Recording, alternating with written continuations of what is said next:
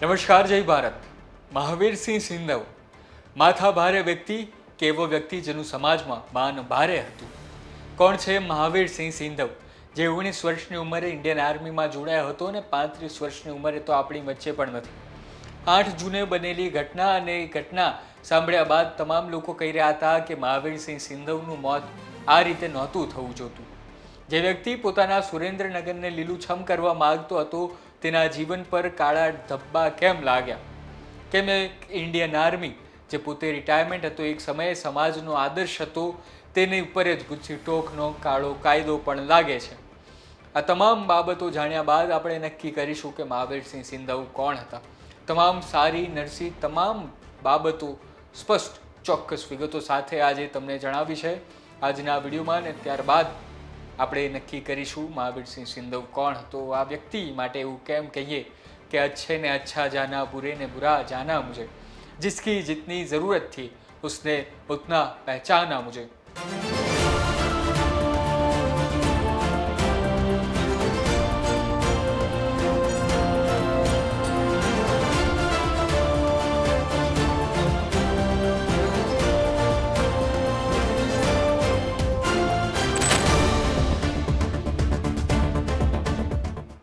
મહાવીરસિંહ સિંધવની કહાની જાણવા માટે જઈએ 18/6/1991 એ દિવસ જ્યારે મહાવીરસિંહ સિંધવનો સુરેન્દ્રનગરમાં જન્મ થાય છે. પિતાનું નામ ભગવાનસિંહ નરુબા સિંધવ, તેમના એક ભાઈ પણ છે કિરપાલસિંહ સિંધવ, અને ત્યારબાદ તેમના માતા છે, તેમના પત્ની પણ છે, અને તેમને એક બાળકી પણ હતી જે હવે સ્વર્ગવાસી છે.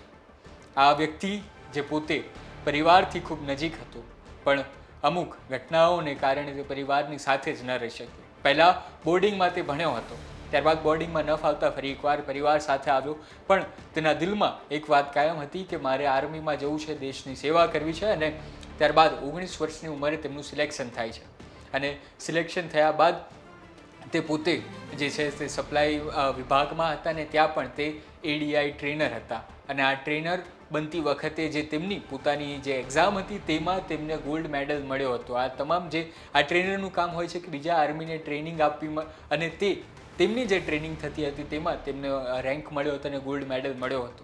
આર્મીમાં લગભગ 8.5 વર્ષ સુધી સેવા આપે છે, અને ત્યારબાદ જે છે તે પોતે જાતે જ રિટાયરમેન્ટ આપે છે, વોલેન્ટરી રિઝાઇન કરે છે. રિઝાઇન કરવા પાછળનું કારણ શું હતું તો કે કૌટુંબિક કારણ હતું, અને આ જ કૌટુંબિક કારણના કલેશમાં તે પોતાના જ અંગતના એક સગા ઉપર હાથ ઉપાડે છે, અને તેના જીવનમાં પહેલો ગુનો દાખલ થાય છે 326નો, અને આ શરૂઆત હતી. ત્યારબાદ બીજા પણ ઘણા ગુનાઓ દાખલ થવાના હતા, પણ એ ગુનાઓ પાછળની કહાની શું છે તે પણ આજે આપણે જાણીશું. આર્મી મેન હતા, તે પોતે રિટાયરમેન્ટ લઈ લે છે અને સુરેન્દ્રનગરમાં આવે છે. તેમના આદર્શ છે છત્રપતિ શિવાજી. આ જ છત્રપતિ શિવાજી છે જેનું સ્વપ્ન હતું અખંડ ભારતનું. આ જ છત્રપતિ શિવાજી છે જે પોતે હિન્દુમાં પણ માનતા, મુસ્લિમોને પણ માનતા, તમામ ધર્મનું જે છે તે સદભાવના રાખતા, તમામ ધર્મને સન્માન આપતા, અને તેવું જ અહીં મહાવીરસિંહ સિંધવ પણ હતા, તમામ ધર્મને સન્માન આપતા. અને તેના જ કારણે તે પોતે આર્મીમાં આવ્યા હતા, અને ત્યારબાદ આર્મીથી છૂટા પડ્યા બાદ પોતાનું એક NGO ખોલે છે, પરિવર્તન ચેરિટેબલ ટ્રસ્ટ. પોતાની સાથે આખી એક ટીમ બનાવે છે, અને આ ટીમ સુરેન્દ્રનગરના ચોકડીમાં પરિવર્તન લાવવાની શરૂઆત કરે છે. તેઓ NGOમાં જે વૃક્ષો છે વૃક્ષારોપણ કરે છે, તેની કાળજી લે છે. કોરોનાનો સમય હતો તો ગામમાં એક એમ્બ્યુલન્સ પણ આપી, અને તેની સાથે મહાવીરસિંહ સિંધવ જે પોતે ટ્રેનર હતા અને પોતે ફિઝિકલી ફિટ હતા, અને તેનું સપનું હતું કે તમામ લોકો ફિટ રહે. અને જે રીતે છત્રપતિ શિવાજીએ પોતાની એક આર્મી તૈયાર કરી હતી, ગોરિલા આર્મી તૈયાર કરી હતી, તેવી જ રીતે દેશનો તમામ વ્યક્તિ જ્યારે જરૂર પડે ત્યારે તેને દાવ પેચ આવડવા જોઈએ, હથિયાર આવડવા જોઈએ, અને તેની જવાબદારી તે પોતે લેવા માગતા હતા.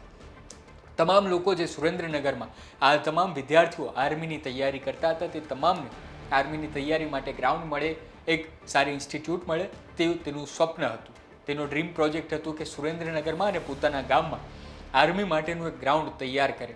પોતે ટ્રેનર હતા, અને પોતાની આ જે સ્કિલ હતી તેનો જ તે ઉપયોગ બીજા લોકો માટે, બીજા વિદ્યાર્થીઓ માટે કરવા માગતા હતા.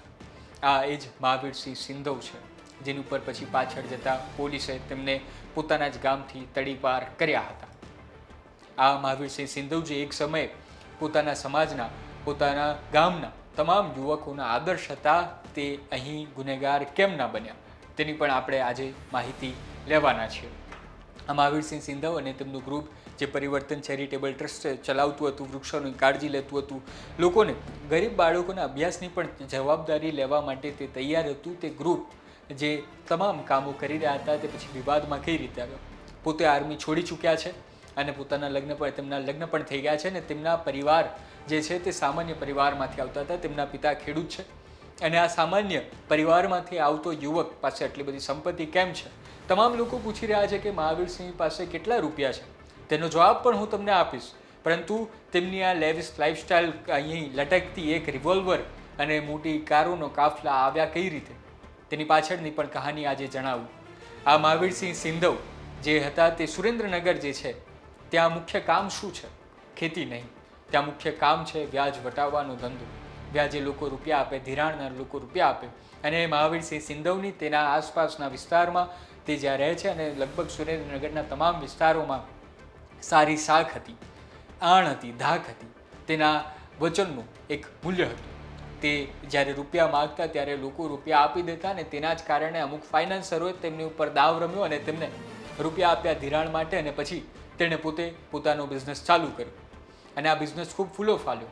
અને આ બિઝનેસ જે ફૂલ્યો ફાલ્યો અને તેમાં તેના પરિવારના લોકોને પણ તેણે સામેલ કર્યા અને આ જ પરિવારના લોકોમાંથી તેના 2 થી 3 કરોડ રૂપિયા ખાઈ ગયા હોય તેના જ નજીકના ભાઈઓ, તેવો આરોપ પણ તેની ઉપર લાગ્યો અને આ જ વિવાદ જે વધ્યો તેમાં મહાવીરસિંહ સિંધવનો પારો છટક્યો અને તેણે તેના ભાઈઓ પર, તેના જ નજીકના કાકા ઉપર પણ હાથ ઉપાડ્યો, તેની સાથે મારામારી કરી અને આ તેના જીવનમાં બીજો ગુનો બન્યો. તેની સાથે ધોકાધડી થઈ હતું તેવું તેના નજીકના લોકોનું કહેવું છે અને એ પણ ધોકાધડી જેવી તેવી નહીં, 2 થી 3 કરોડ રૂપિયાની, જેના કારણે મહાવીરસિંહ સિંધવે જાહેરમાં મારામારી કરી હતી, બંદૂક ચલાવી હતી અને લૂંટ કરી હતી. તેનો ગુનો તેની સામે લાગ્યો હતો. આ ગુનાના કારણે જ તેમને પછી રાજકોટ રહેવા પણ જવું, રાજકોટ જેલમાં પણ તેને અહીં કરવામાં આવ્યા હતા. સુરત જેલમાં પણ તેને થોડા સમય માટે રાખવામાં આવ્યા હતા. આ સુરત જેલમાં જ તેના ઘણા બધા જેલના જે કેદીઓ હતા તેની સાથે તેની મિત્રતા થાય છે. એમાંથી એક વ્યક્તિ જે મિત્ર તેનો બન્યો હતો તેણે એવું કહ્યું કે અમારા 2 સાથીઓ આવવાના છે અને રહેવા માટે જગ્યા જોઈએ છે. પોતાના મિત્ર પાસેથી ઓળખાણના બાબતે તેણે ફ્લેટ અપાવ્યો હતો અને આ જે ફ્લેટ અપાવ્યો તેમાંથી ડ્રગ્સ પકડાયું હતું અને તેના જ કારણે મહાવીરસિંહ સિંધવનું નામ ડ્રગ્સ કેસમાં પણ જોડાયું હતું. જોકે અઠવાડિયા સુધી ધક્કા ખાયા બાદ આ ડ્રગ્સ કેસમાંથી તેમનું નામ નીકળી ગયું હતું અને ત્યારબાદ ફરી એકવાર તેના જ નજીકના લોકોએ તેની સામે પોલિટિકલી પાર્ટીઓના જે છે તે દમના આધારે તેની સામે ગુસ્સીટોક લગાડ્યો, તડીપાર કર્યો અને ત્યારબાદ તેને રાજકોટ જેલમાં મોકલી દેવામાં આવ્યો. અને ત્યારબાદથી જે મહાવીરસિંહ સિંધવ પોતાના ગામને જે એક આદર્શ ગામ બનાવવાની વાત કરતા હતા, સ્માર્ટ વિલેજ બનાવવાની વાત કરતા હતા, તે જ મહાવીરસિંહ પોતાના ગામમાંથી તડીપાર થયા હતા અને ત્યારબાદ તે અમદાવાદ આવે છે. તેના ફાઇનાન્સનો ધંધો ચાલુ છે. હવે આખી વાત અમે જ્યારે તેના નજીકના લોકો પાસેથી જાણી રહ્યા હતા ત્યારે મેં તમને કહ્યું એમ તેમની પાસે સંપત્તિ કેટલી છે.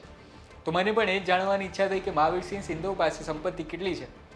તો એ નજીકના વ્યક્તિએ એવું કહ્યું કે તમને જે દેખાતું હતું એ જ તેની સંપત્તિ હતી, તેના મિત્રો જ તેની સંપત્તિ હતી.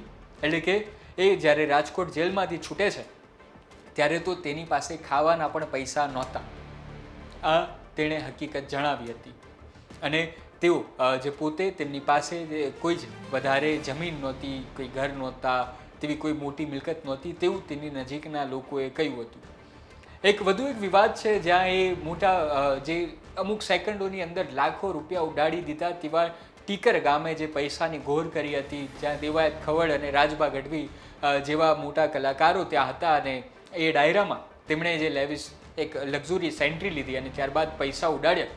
તેની પાછળનું કારણ શું છે, તેની કારણે જે ચર્ચામાં આવ્યા હતા તેની પણ વાત કરી લઈએ. તો તેમના જ ખૂબ અંગત અને તેમના જ નજીકના એવા મિત્ર જે શહીદ થયા હતા સૈન્યમાંથી, તેમની માટે આ ડાયરો રાખવામાં આવ્યો હતો અને તેમણે જે પૈસા ઉડાડ્યા તે પૈસા આર્મી માટે, વેલફેર માટે જવાના હતા ને તેના કારણે તેણે ઉડાડ્યા હતા.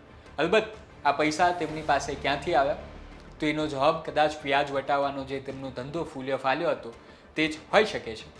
એક વ્યક્તિ જે પોતે પોતાના ગામને, પોતાના જિલ્લાને બદલવા માગતા હતા તે જ વ્યક્તિ કઈ રીતે ગુનાહિત પ્રવૃત્તિઓમાં ઉલઝાય છે અને 8 જૂને પોતે દારૂના નશામાં હતા અને ત્યારબાદ તે કઈ રીતે તેના જે 2 મિત્રો હતા તે 2 મિત્રોમાંથી એક મિત્ર તેમની સાથે હતો, પણ એક મિત્ર જ આ વિપતાના સમયમાં છોડીને ભાગી ગયો હતો.